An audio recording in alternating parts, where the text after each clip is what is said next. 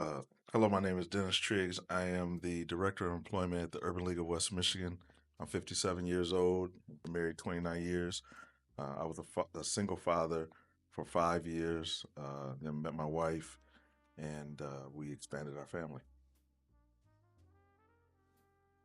So, Coach, what does being a father mean to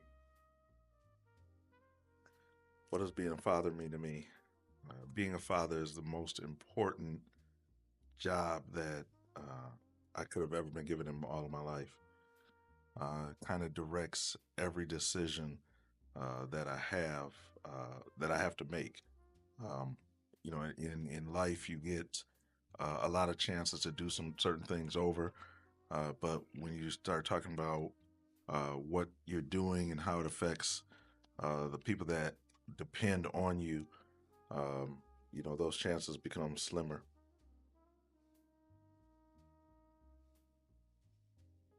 So, tell me, Coach, what is your relationship like with your father? Ooh, that's a tough question. What is my relationship like with my father? So my father passed away several years ago, maybe 15 years ago, and it was never the relationship that I really envisioned uh, that I should have with him. My parents got divorced when I was 3, and he got remarried and uh, brought me to his house one day for a visit and said, um, "Hi, I want you to meet your new mother." And for a young kid, like I was probably 6 or 7 years old, to to be introduced to a new person as this is your new mother, that was something I just couldn't fathom, and I never really recovered from that. Um, and so our relationship on at best was always a little bit tenuous, and at worst, it was avoided as much as possible. So, uh, let me ask you this is a little bit off scripted. Emotionally, do you feel there was a void created in your ability to parent your current children that was created by the relationship with your father? Do I feel that there was a void that was created in parenting of my own children by the void that was there from my father? Absolutely not. If anything, um, it was total opposite. Um, so several years ago, there was a movie called Kramer versus Kramer that was out, and I can remember um, watching this movie with my mother in our living room, and the movie centered on uh, to a family where the wife left and left their son with her husband um, for whatever reason. And um, I remember after we watched the movie, I rolled over and I told my mother I would never leave my kids. I would never do that. I couldn't stand my father for not being there in that particular moment. To which my mother corrected me and said that, regardless of what you feel, you are to respect your father because he is your father. And I said, yeah, I do respect him, but I just can't understand not him not being an active part of my life like that. And so for me, I always held in my heart that it was my responsibility to love regardless, to love my kids, to be there with my kids as much as I possibly could be. So, how do you think that relationship with your father impacted you and your life? How did the relationship with my father impact me and my life? Well, um, just kind of like I just said, my father and the relationship that we had. Uh, I think a lot of it was driven from his relationship with his father. Um, because he never really had a great relationship with his father.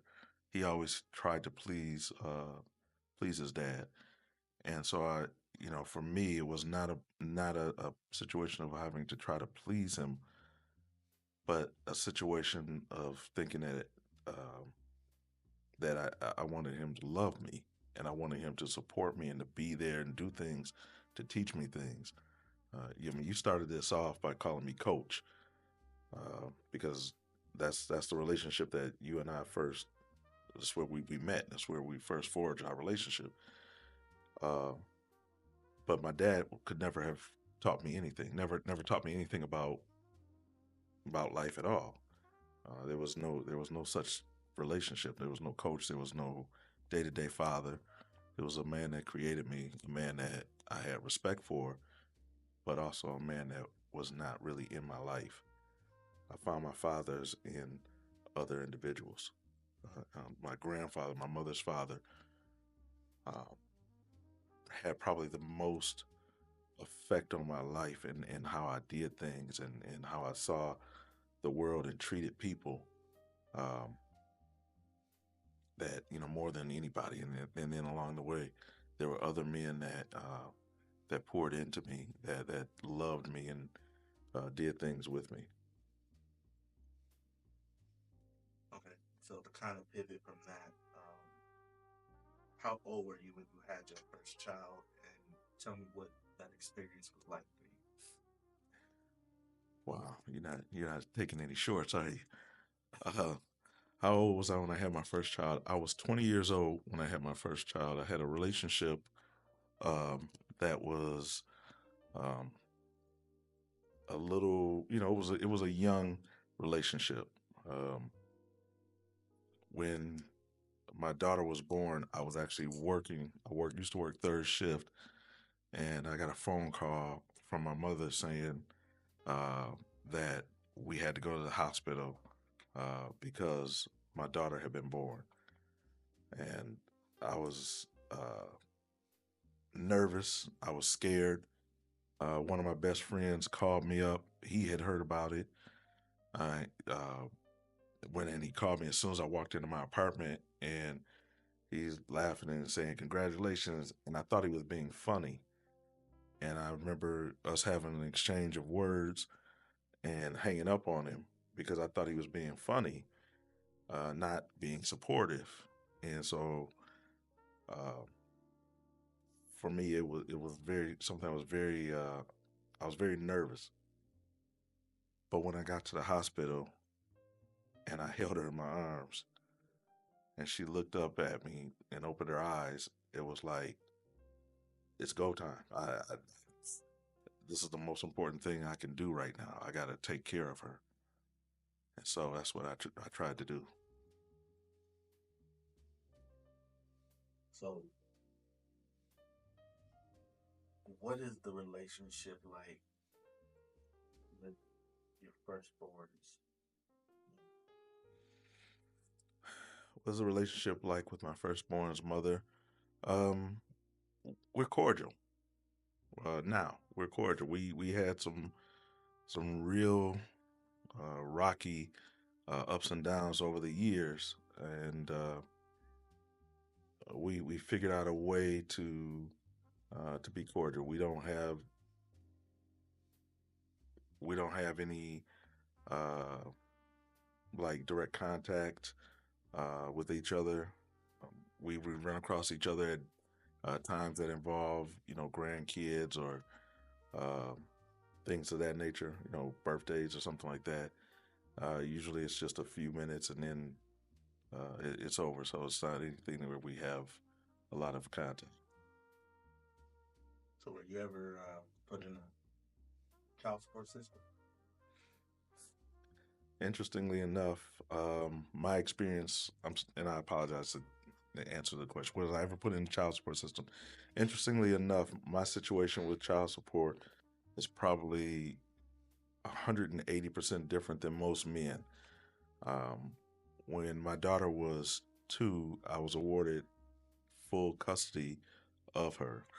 Um, And so I was trying to be a single father uh, during that time. Well, when she turned, I want to say it was like 13, maybe 14 years old, I actually went and sought child support for her because I wanted to kind of balance things out.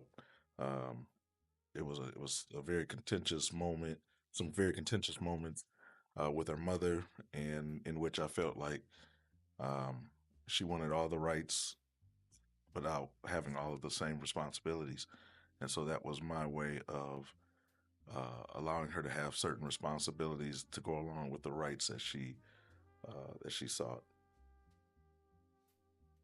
So to piggyback off of that, did custody or child support impact your relationship with any of your kids? And Uh, did custody and child support impact my relationship with my kids? Um, I think it was very difficult for um, my oldest daughter, to understand um, because of certain situations that happened as a result of that, um, where she was at times, I think, kind of ended up in the middle, regrettably so. Um, by hearing differing stories being put into her ear, and um, and things not necessarily aligning themselves with um, what the facts were totally. And so I think at times it made things a little difficult for her. But ultimately, I think she and I have always had a very deep, loving, and respectful communication with one another.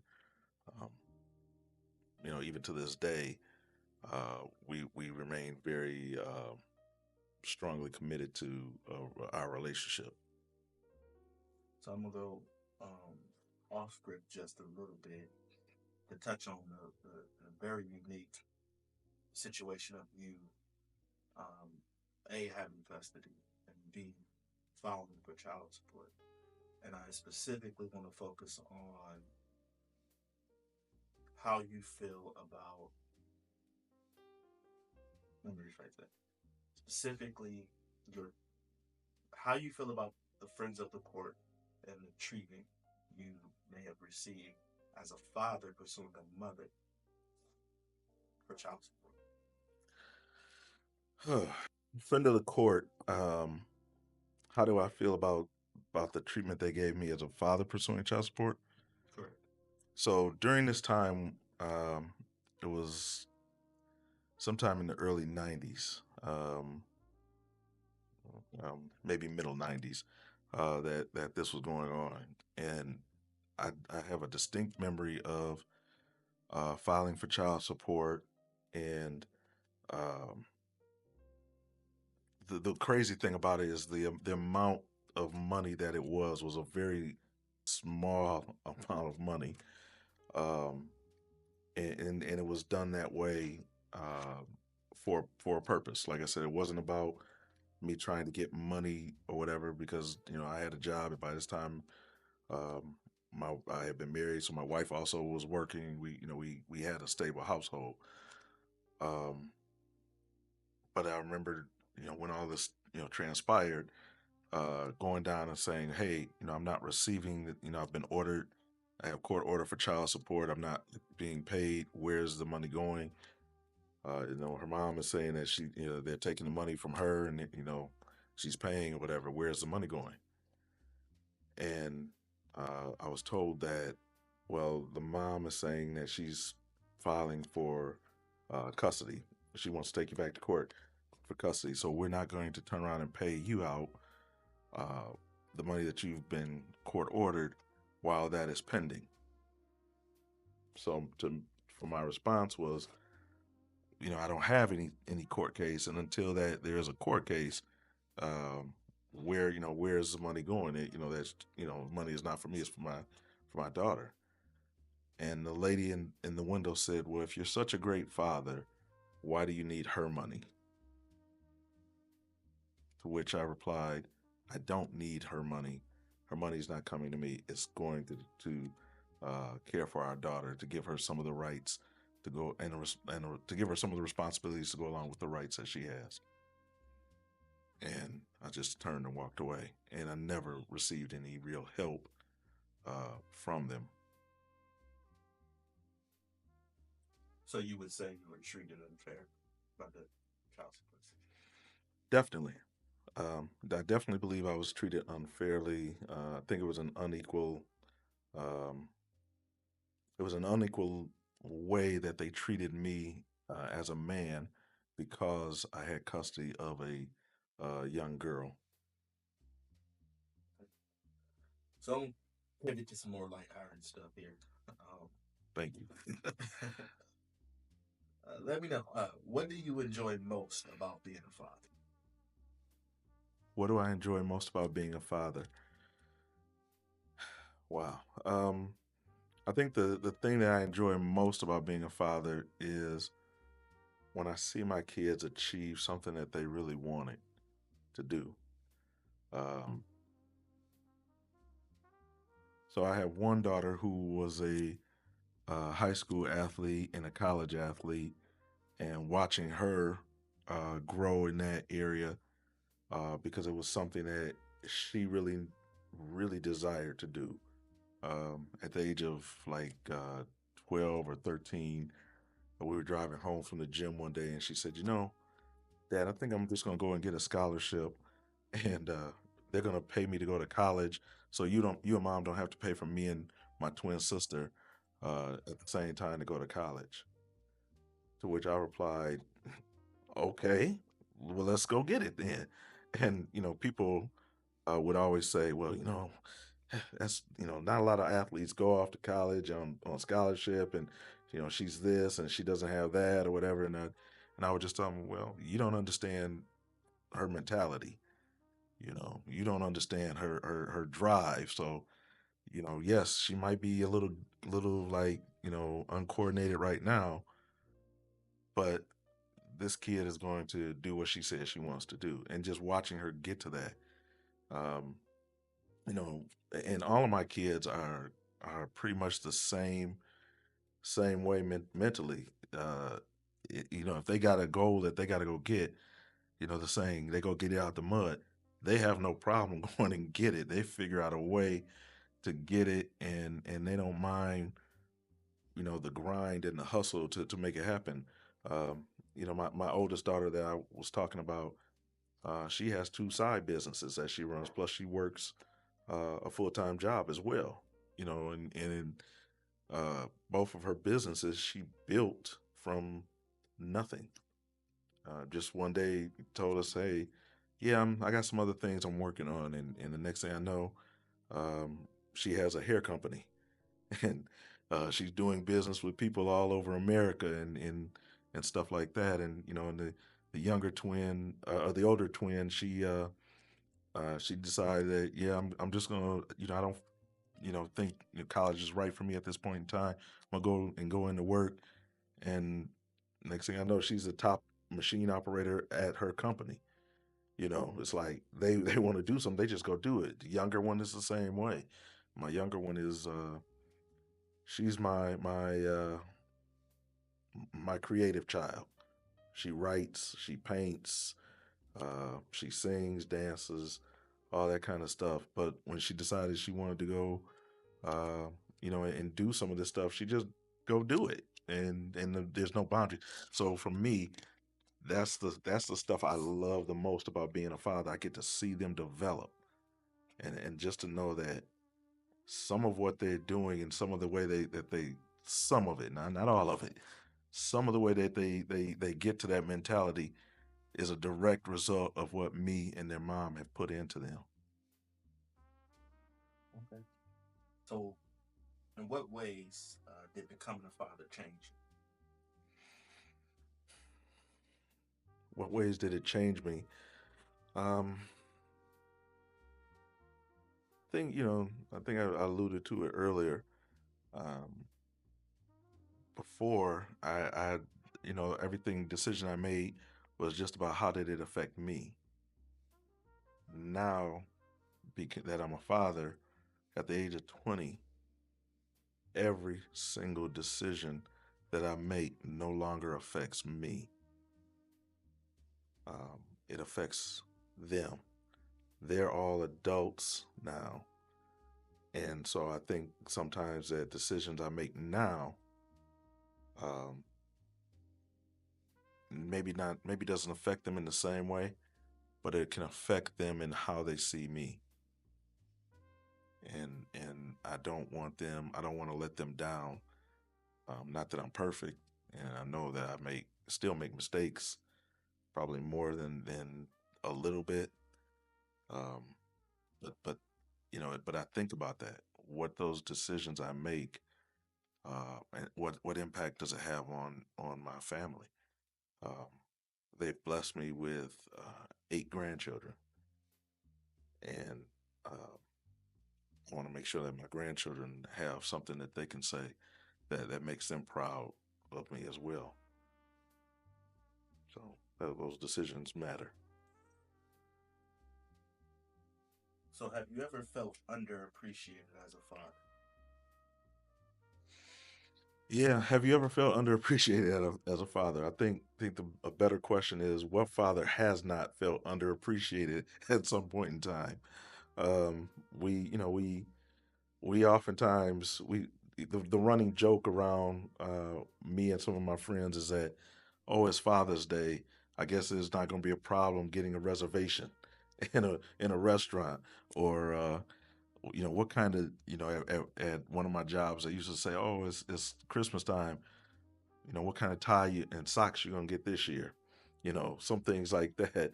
Although it's kind of it's a joke, but sometimes you do kind of think that, well, I'm grinding as hard as I can, or I'm trying to do things the best I can, and can we be celebrated? I have to say, um, with my family though, like big situations that I've had, my family has always come through and celebrated me. I got and I didn't send it for this. I have a picture I was wrestling with sending, but my kids, some of my youngest was a little bit young still.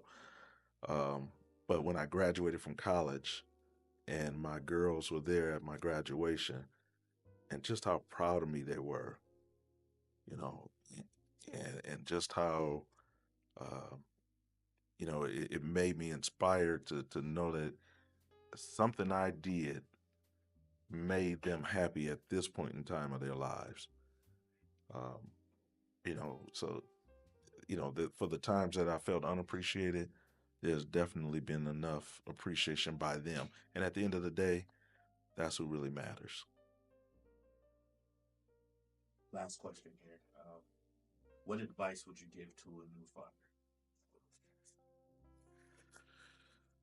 What advice would I give to a new father? Um, I think the best advice I could give you is to slow down. Take in as much as you can, every ounce of opportunity you get as a new father to be present. There's a saying that I heard someone say recently: "Be where your feet are." To be present where you can be with your child, to be as much a part of their lives, so that you the influence that they see and that they have over society, or friends or other influences. And just be mindful that, um, especially if you're a single father, or if you're on one side, whether you have custody or you're sharing, you're co-parenting, just be mindful that there's an equal side to the equation that is a human being as well. And decisions that get made on that side of the equation, the mother's side of the equation, might not always align with yours, but at the end of the day, you can get stuck fighting on that, or you can spend that time loving and raising your child. And so just be present and just take time and soak up all of the memories, all of the memories you can. Yeah, I have a couple of uh, really clear memories for each of my child, but one of them that I'll give you two of them that stick out in my mind. I think I already shared one of them. Was when me and my daughter were coming home from the gym, and she said she was going to go get a scholarship. That was a real strong memory for me. I have another one where my oldest was running track, and I'm yelling because she's having a great meet, and I'm running and I'm trying to time her. I'm running down the bleachers, and I say, "Dig, dig, dig! Come on, dig, dig! You're close to breaking the record." And she turns and looks at me in the stands, and she says, "I can't." I said, "Why not?" And she says, "There's no competition." And even to this day, that memory is so strong. Every time I think about it, it makes me, smile and laugh a little bit because it's something that we experienced together that I would say I couldn't trade that for anything in the world. Those opportunities. So just experience it, because when they get to that certain point in life and those transitions and things change, they go off and they start building their own lives, and you know uh, you're kind of there like, I'm still here. I still love you. I still want to be with you. Still want to have fun. You know, and those times change, and it happens. It's not something that necessarily is done intentionally to exclude you, but they have a bit. They have to build a life, and parts of their life is going to exclude the relationship with you in certain ways.